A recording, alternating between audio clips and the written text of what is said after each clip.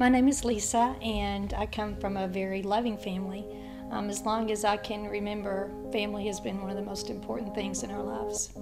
Our parents married at a very young age. My dad was 20 and my mom was only 14. That seems really strange, but my mom grew up with a single mom, and she was always very independent, and so she was not your average 14-year-old.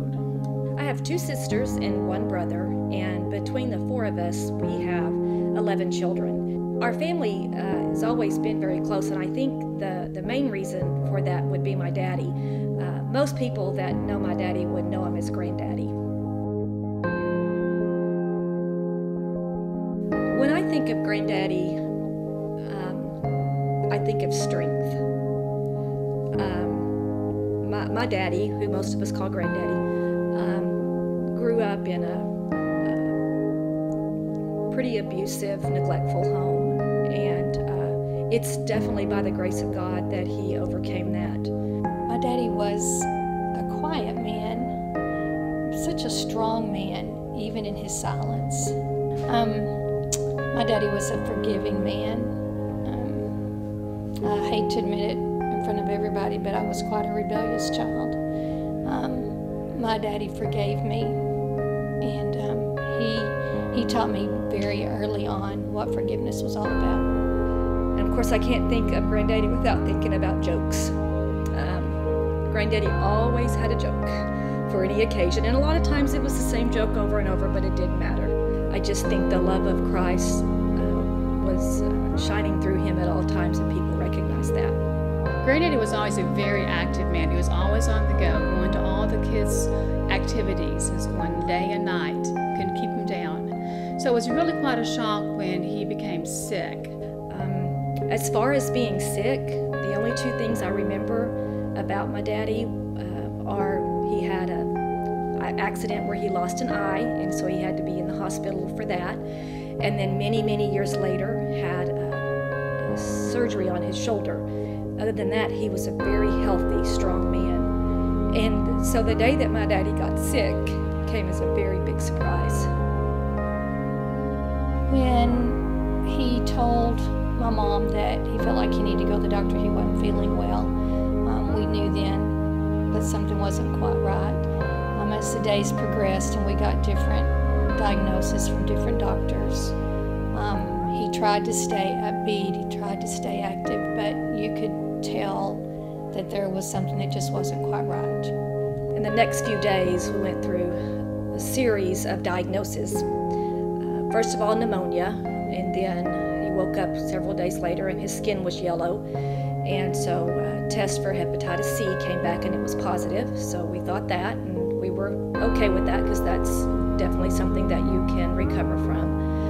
And then a couple of days later, he was having some heart pain, and so my mother took him to the emergency room at Baylor, and they did a sonogram and found a mass in his pancreas. After the diagnosis of pancreatic cancer, needless to say, there was a lot of confusion and fear, but through that fear, we always remember that our God is not a God of confusion, and he's always in control of whatever situation that we are in.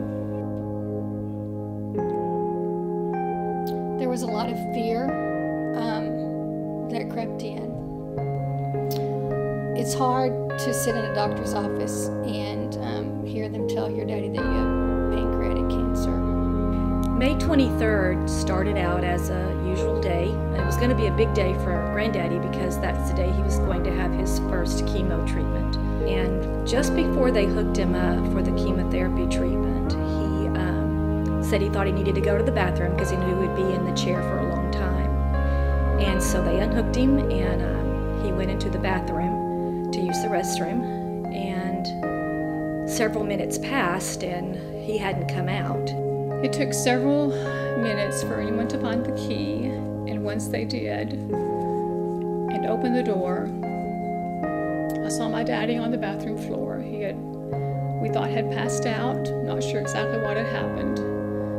So I immediately called all my family, my sisters, to tell me I needed to come to the hospital because my dad was not breathing. We really weren't sure what had happened at that time.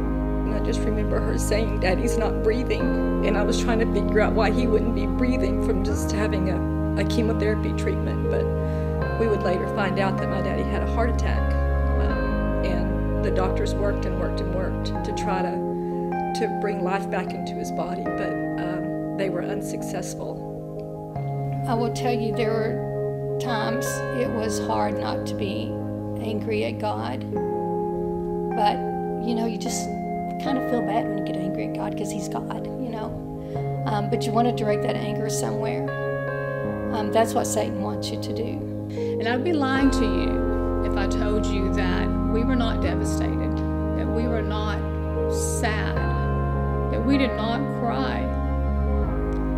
But as Christians, we don't weep in solitude because we have a God that is compassionate, and he does not leave us unloved or uncared for. God's grace just filled in all of those empty spaces that we had and all of those thoughts that we could not process. He was able to give us the wisdom to accept it and to even be thankful that he spared my daddy of a lot of suffering through that disease. And we definitely had to look at that and still do today as a huge blessing from God. Our world was basically shaken, but God wasn't shaken, and God was still in control. And even through the words, even through all the tests, through the surgeries, we came out knowing that God was still God and that God is good. And so that's where we put our trust, and that's where we put our faith.